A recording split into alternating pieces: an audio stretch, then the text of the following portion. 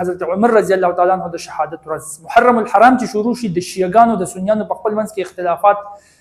ډېر زور دی یو بل سره وینخلي او باقي کې شیعاګان د حضرت ابو بکر صدیق رضی الله تعالی عنہ او د حضرت عمر رضی الله تعالی عنہ سره ډېر سخت اختلافات ساتي او ځینې خو په اختلافات کې دي حد پورې لاړ شي چې نعوذ بالله د هغوی تکفیر شروع کړي ردې بدې پسې شروع کړي او بیا سنیان هم د شیعاګانو په اختلاف کې دي حتی لاړ شي چې د یزید په شانتې کسانو دفاع کول شروع کړي اوس دا اختلافات دی ولې او د دې اصل وجه روټ کاز څه شی دا خبره خو به وروسته ډسکس کو بیا به ډسکس کو خو لومړی دا خبره ډسکس کول دي چې د حضرت عمر رضی الله تعالی عنہ سره د دې شیعاګانو دا اختلاف ولې دی په څه وجه باندې دی ګوره چې کوم شیعاګان دي که نه نو هغوی دا سوچ ساتي چې د حضرت محمد صلی الله علیه و آله وسلم نه د پیغمبر علیه الصلاة والسلام د دې دنیا ته تشریف وړلو نه بعد لومبه خلیفہ خلافت چې چا حق دون هغه حضرت علی رضی الله تعالی عنہ او کار دا چې هغه خلیفہ شوی وسکه چې پیغمبر علیه الصلاة والسلام هم دا غوښتل دا د وینا ده خو نعوذ بالله د حضرت ابو بکر صدیق رضی الله تعالی عنہ او د حضرت عمر رضی الله تعالی عنہ د خلافت شوق او هغه په زور باندې په چل باندې د حضرت علی رضی الله تعالی عنہ خلافت اغسته او په دې وجه باندې د حضرت عمر رضی الله تعالی عنہ او د حضرت ابو بکر صدیق رضی الله تعالی عنہ سره ډېر سخت اختلافات ساتي ګوره لکه خبره به دي کې بلا شي دي چند یو مثال به در کوم چې ته په صرف کلیر شي د سقيفه بني سعید واقع دی یاد چې پیغمبر علیه الصلاة والسلام کله د دې دنیا نه تشریف په کوم ورځ باندې یوړل نو کفن دفن خلا شوی نو په سقيفه نومیځه کې انصاری صحابه راټول شو او هغوی وی چې دا امت چرته کې ډیوایډ نشي واپس تقسیم نشي نو یو خلیفہ پکار دی نو هغوی د خپل ځان د انصارو نه یو خلیفہ خوخو زیاد ګمان دا چې سعد بن عباده رضی الله تعالی عنہ خوخو اوس چې دا خبره په سقيفه نومیځه کې روانه شوله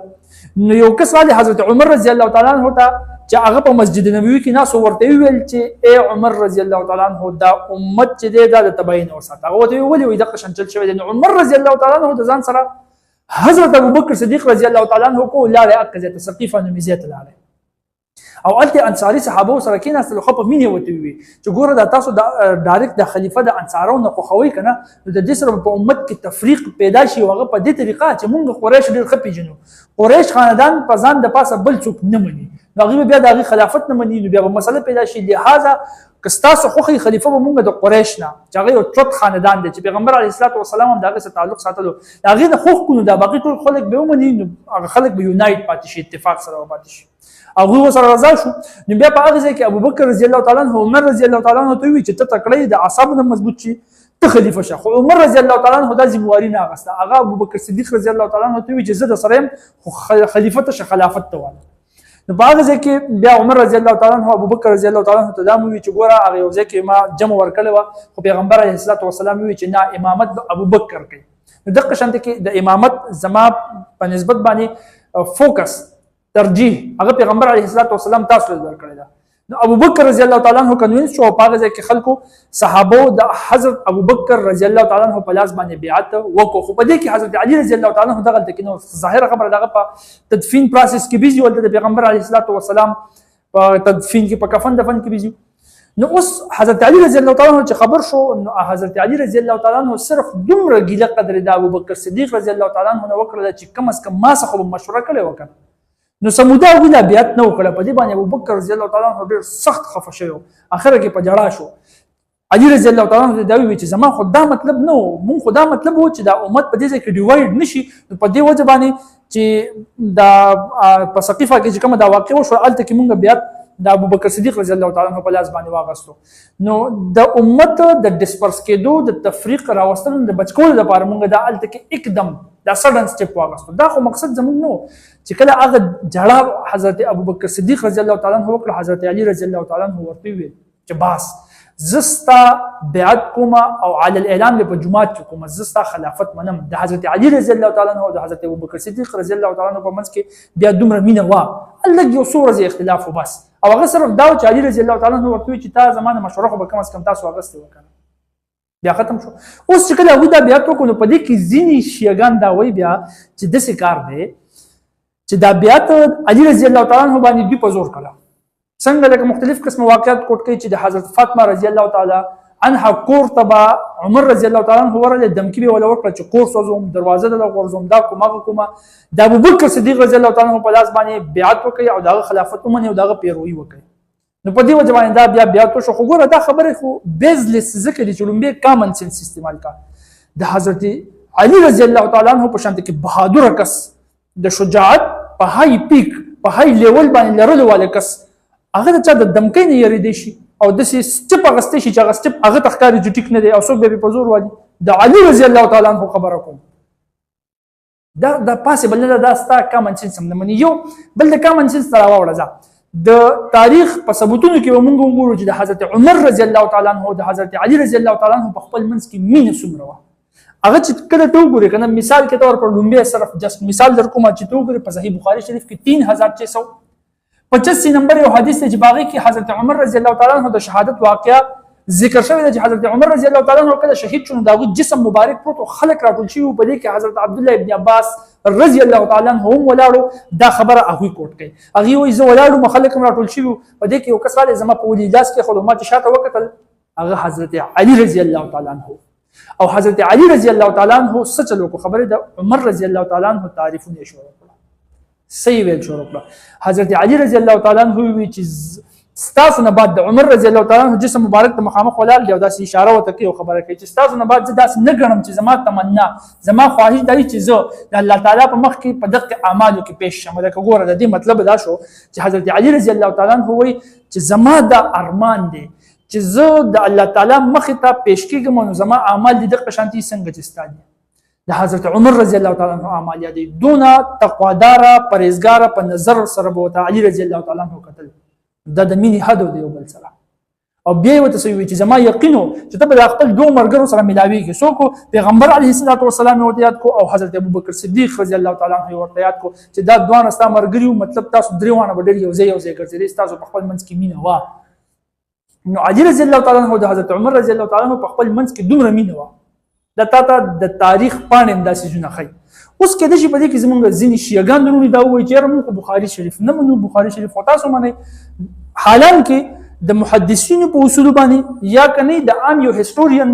په پرنسپلز باندې ته وګوره تا ته پته ولګي چې دا بالکل اتنټیک هیستوري ده بالکل مستند تاریخ دی خو بیا هم چلو چې نه مني نو په بل ځای کې دا مونږ ښودلی شو خپل شیعګان ورونو ته په بل کتاب کې عمده سیم سټیټمنټس د عمر رضی الله تعالی عنہ جسم مبارک پروت دی او د هغه تعریف حضرت علی رضی الله تعالی عنہ په خپل خله مبارک باندې کې او خبره په کم ځای کې عمده دغه شیعګانو مشهور کتاب کې چې هغه غنی او هغه منی چې د کې د علی رضی الله تعالی عنہ اتنټیک هیستوري دا وی ویناګانې دا خطبات دا خطوط پراته دي دا غي نوم دی نهج البلاغه ګوره په دې کې حضرت علی رضی الله تعالی عنہ چې په خپل ژوند کې څومره خطبات کړي هغه پکې پراته دي خطوط دي هغه پکې پراته دي خطونه دي کوټیشنز پکې پراته دي او دا شیعګان غنی چې بالکل اتنټیک او برابر دي او حقیقت هم دي د علی رضی الله تعالی عنہ چې څومره علم دی هغه په دې کې داسې پروت دی چې ډېر ارسه دي د زده کړې ملاویږي. اوس په دې کې یو خطبه ده په دې کې یو خطبه ده او خطبه ده چې علی رضی الله تعالی عنہ د چا په میت باندې ولاړی هغه جسم مبارک ته ولاړی او داغه تعریف کوي. اوس دغه جسم مبارک د چا ظاهره خبره ده عمر رضی الله تعالی عنہ خداوی نوم دوی دلته نه دی کوي بلاد فلان فلقد قوم الاود وداول العمد واقام السنه وخلف الفتنه ورده دې مطلب دا دی چې دا هغه کس د دقه کس یاد دی دا پلان کې کس اوس د نوم نه دی لیکي خو د بخاری شریف نه تا پته لګي او بلاشه محدثین دا ویل دي چې دا عمر رضی الله تعالی عنہ په د شهادت په ټیم کې چې کله هغه وفات شو دا هغه جسم مبارک په علی رضی الله تعالی عنہ د تعریفي کلمات دا غي مبارک وی چې دا هغه کس دی چې د کاغه صحیح کړه مطلب کوم خلک چې کاغه ټیکنو هغه ټیکړه بیماری ختم کړه فتنه ختم کړه سنت قائم کړه د الله تعالی نه یری والو ډیر کم عیب وکړي د ګناهونو نه ځان بچ ساتلو دا ټول تعریفي کلمات چې څنګه په بخاری شریف کې کنه قشنت کې دلته دي خو دلته کې ولې نوم نه دی کې ظاهر خبره چې اختلاف شادي دی به نوم سو دي کې د نوم په ځای باندې پلانې لیکل پلانې صحیح شو او دا وګوره اد الى الله طاعته د الله تعالی اطاعت کول والو واتقاه بحقه او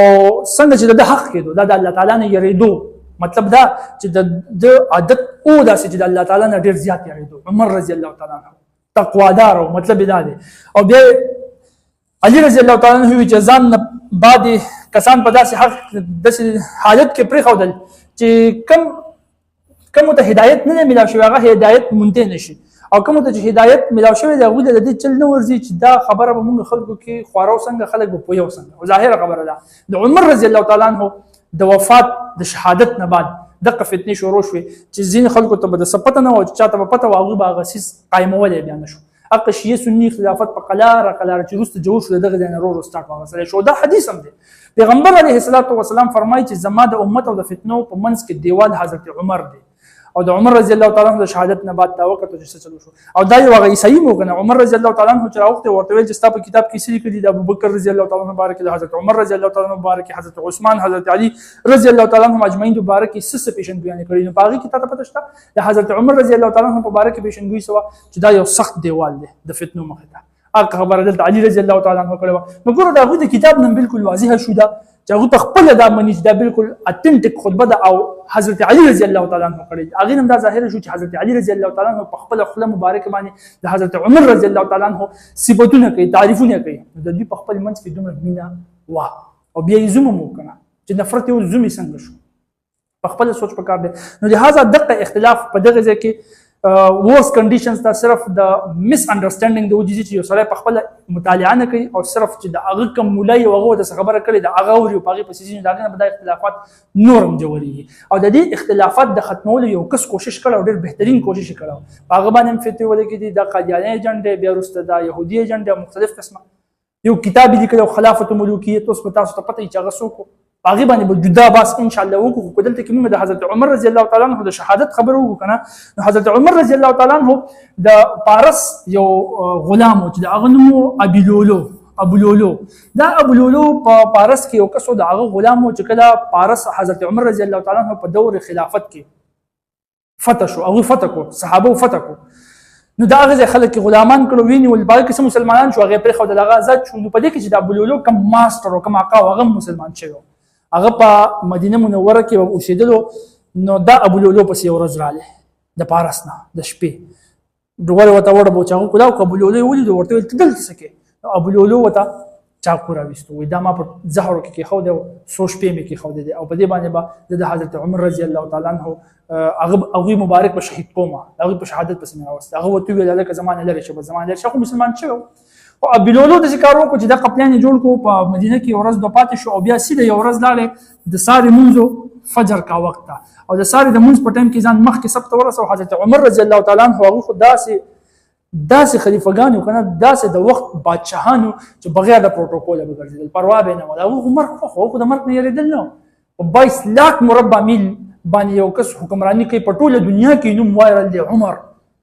په دنیا په ګډ وډ کې خلکو د انوم پیژندو چې دا داسې یو پاورفل بادشاہ دی بادشاہ څخه خلیفہ دی خو نور خلکو خو ته بادشاہ او هغه بغیر د پروتوکول ګرځي عمر رضی الله تعالی عنہ د کور وته او ټول شپه به ګرځیدلو چې چاته څه تکلیف نه چاته څه مسله نه وینا به کوله کده نیل په غاړه باندې او سپې د سمندر په غاړه باندې او سپې تند نه مرشو به زمانه ته پوس کیږي هغه ته پته او ذمہواری ماته پاوانه شوی نو هغه حضرت عمر رضی الله تعالی عنہ د ساری منځ لاره ساری منځ کې ولاړو دی ابو لولو شاته نه په چاقو باندې وو دا ځای ولواله هغه په میده کې لګیدل او بیا یو څو ورځې په بیماری په حالت کې حضرت عمر رضی الله تعالی عنہ پروت او بیا شهادت شو په یکم محرم الحرام باندې په نننۍ ورځ باندې د عمر رضی الله تعالی عنہ په سیاست کوم خبرو وکړنه د کمال سیاست د کمال پالیټکس عمر رضی الله تعالی عنہ چې کله لومبه خو هغه خلافت غستون ابو بکر صدیق رضی الله تعالی عنہ د باقي صحابه سره مشوره وکړه ټول صحابه وی چې عمر رضی الله تعالی عنہ صحیح عمر رضی الله تعالی عنہ په نور رضا خو ابو بکر صدیق رضی الله تعالی عنہ ته پته و چې دا هم سم سره په زور وته وي کتر رضای کنده رضا دا وته کې ځکه چې صحابه ټول رضا دي او دا ذمہواری ته موږ ځکه په حواله کوو چې په بهترین انداز کې کولای شي بس عمر رضی الله تعالی عنہ واقع خپل یختي او غرغټه غیر لری کړ ټول سره کټا کو او الله تعالی نه دعاګانې وکړل شروع کړ چې الله غټه ذمہواری دې راکړه او چې د پوره کولو توفیق راکړي طاقت راکړي هغه عمر رضی الله تعالی عنہ چې کله خلیفہ شو کنه تا ته پته شته هغه څه چلو کو هغه صحابه ټول کړ چې هغه علمي لیول سره سترانګ خو هغه غریبانه مو پیسې مو سره نه وي دومره دنیا پرست نو ظاهر خبره دنیا نه ځان لري ساتو زهد پسند هغه تداونه کړل چې سردارو یا نو بس علم شته د پیغمبر علیه الصلاه والسلام سره ډیر نږدې پاتې شوی دی په وسره شته هغه گورنران کله که مثال کے طور پر د کوفی گورنر سو کو خبر حضرت عبد الله ابن مسعود رضی الله تعالی عنہ عبد الله ابن مسعود رضی الله تعالی عنہ باول ګډه سره ولي صدغه غټ خاندان نه او چې کله ایمان راوړ د پیغمبر اسلام سره خاطه پاتې شو نو هغه کې هغه ذکر دونه کړو دونه پوهه وسره چې عمر رضی الله تعالی عنہ ته پته و چې سیستم هم دوی صحیح چلول شي د انصاف نظام دی قائمول شي د الله تعالی په نظام دی پوهه دی هم دی قائمول شي د قشنت کې کتاب وکړل کنه په بصره کې ابو دردا رضی الله تعالی عنہ گورنر لګول او د قشنت کې په سیریا کې په شام کې او په اردن په جارن کې حضرت ابو عبیده ابن جراح رضی الله تعالی عنہ گورنر لګول نو د هغه ګوره د هغه پالیټکس په دې لیول باندې چې پوهه کسان سرداران یا پیسو والا یا روبداب والا نه پوهه کسان په داسې عہدو په کار دي چې سیستم د الله تعالی نظام د الله تعالی په ځمکه باندې ده امن او د انصاف نظام قائمول شي نو هغه ته بیا وګوره د اوسه پورې دنیا یادې تاریخ اوسه پورې عمر لا هغه په یورپي ممالکو کې چلیږي چې کم خلک یو بل وي کنه یو بل زخمیان کې داغې نه پیسې غسل او په پیسو باندې دا نورو کمپنسیشن کول او داغې په تر روغ او صدر راوستل دا عمر رضی الله تعالی عنہ د دې سٹارټ اغسته هغه اوس په یورپ کې چلیږي بای د نیم اف عمر لا وته نو څوک جنگ جګړې نشي کولای چې هیوی جرمانه په ولګي کنه نو خیر مرګ خداغو نشي دومره خطرناک سزا ولا ورنکي خدای بلم آزاد وشي پیسې وته خړې ملاوي شي او دنم جرمانه هیوی لاله شي بل ورځ د قدم غسل کوشش نه کوي عمر لا اوس پورې چلیږي د امن او د انصاف نظام قائم کړو خدای څخه ته د مارکیټ حساب وکړي دا غوي مارکیټ دا غوي په وخت کې څنګه اقتصادي حالات څنګه چلول نو په مارکیټ باندې خپل کمشنرز لګولیو چې هغه باقاعده مارکیټ جج کو چې په دې کې څوک د یو شیز معیار کم نه کی د ځان قیمتونه سیوانه کی په ناب ټول کې کمې به شيونه کی څوک په یو کم بزنسمن چې راغلی دی هغه باندې سیوا ټیکسز نه لګي دا هغه د وجه نه په تجارت په ځای کې دومره سیوا شو چې څومره هاي کلاس انویسټرز هغه به کوشش کوي چې مدینه ته مونږ راشو په د عمر رضی الله تعالی عنہ خلافت دی ایریا باونډریز ورنه وزول ته کې انویسټمنټ وکړو نو هغه ځای اقتصادي تورم دومره سترانګ شو چې سوپر پاور په دنیا کې مسلمانان راښکاره شو دا اسی نو راښکاره شو هغه نشاته دا ټول خواریانې پرته د قشنت کې بیا ته په جنگونو کې وګورو نو په جنگونو کې عمر رضی الله تعالی عنہ چې د رومن او پرشین وانته کې سوپر پاورز د شکستونو ورکړي دي نو ته سوچ کولی شي چې هغه وار سټریټیجی څنګه په ست طریقې سره باغ جنگ کول او د کفارو سره څنګه به ول شکستونه ورکول څنګه بارډر وسی کړي او څنګه په غټه دنیا کې د امن او د انصاف نظام قائم کړو ظاهر خبره ده د ټولي طریقې هغه د پیغمبر علیه الصلاۃ والسلام نزد کړي نو باقي خبره هم دقیق کلیر کوله چې د حضرت عمر رضی الله تعالی عنہ د تاسو ته داوود د هستۍ په باره کې پته ولګي چې څنګه په هر لیول باندې هغه څومره په طریقه باندې او د سنت مطابق چلیدل ځکه ول الله تعالی کامیابی ورکړي او څنګه داوود حضرت علی رضی الله تعالی عنہ چې حضرت علی رضی الله تعالی عنہ مبارک خبرې شروع کړه ځان یو لوی هستی د واغې باندې ان شاء الله بیل باز به وکړو د دې په خپل منځ کې مینه څومره او ځینې خلک ولا غلط رنگ ورکړي او غلط طرف ته بوزي او دا څنګه دا غلط رنگ د کم ځای نه ولې راودرېدو په دې باندې یو کس باز کړی دی چې هغه او سید ابو الاعلی مودودي صاحب خلافت ملوکیت کې دا ځینې خبرې کلیر کې ځینې خبرې کلیر دي ډېر جواب خو پکې نه دی خو ځینې خبرې چې کلیر دي دا غي نه پته لګي او باغ باندې ان شاء الله چې بیل باسو کو وما علينا الا البلاغ جزاكم الله خير